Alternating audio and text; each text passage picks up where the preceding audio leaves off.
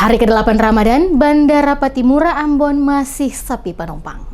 Memasuki hari ke-8 Ramadan 1446 Hijriah, arus penumpang di Bandara Patimura Ambon masih terpantau sepi dibandingkan hari-hari sebelumnya. Pantauan DMS Media Group Sabtu pagi di lokasi menunjukkan suasana di kawasan bandara lengang, baik di area keberangkatan maupun kedatangan, aktivitas masih relatif minim. Meskipun demikian, layanan bagi penumpang tetap berjalan optimal. Petugas bandara tetap bersiaga untuk melayani calon penumpang menuju berbagai wilayah di Indonesia. Selain itu, petugas keamanan penerbangan juga terus memastikan kenyamanan dan keamanan penumpang, mulai dari pintu masuk terminal hingga area pemeriksaan keamanan. Sepinya penumpang juga berdampak pada pendapatan sopir taksi dan ojek yang mengandalkan kedatangan penumpang di bandara. William Hanotubun, seorang sopir taksi di terminal bandara mengungkapkan bahwa belum ada lonjakan penumpang terkait arus mudik. Menurutnya, hal ini kemungkinan disebabkan oleh jam operasional penerbangan yang masih belum kembali normal. Saat ini, mayoritas penumpang yang datang merupakan penumpang umum, bukan pemudik. Dia menjelaskan biasanya arus mudik mulai meningkat sekitar 2 minggu sebelum Idul Fitri. Saat ini pun, jumlah penumpang yang datang masih tergolong sedikit.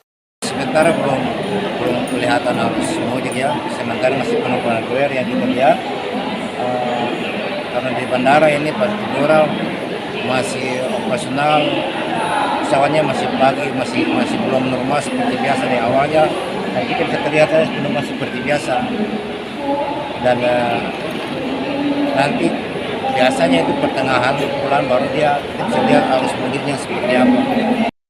William berharap pemerintah daerah dapat meningkatkan peluang investasi di Ambon dan Maluku agar perekonomian masyarakat semakin berkembang.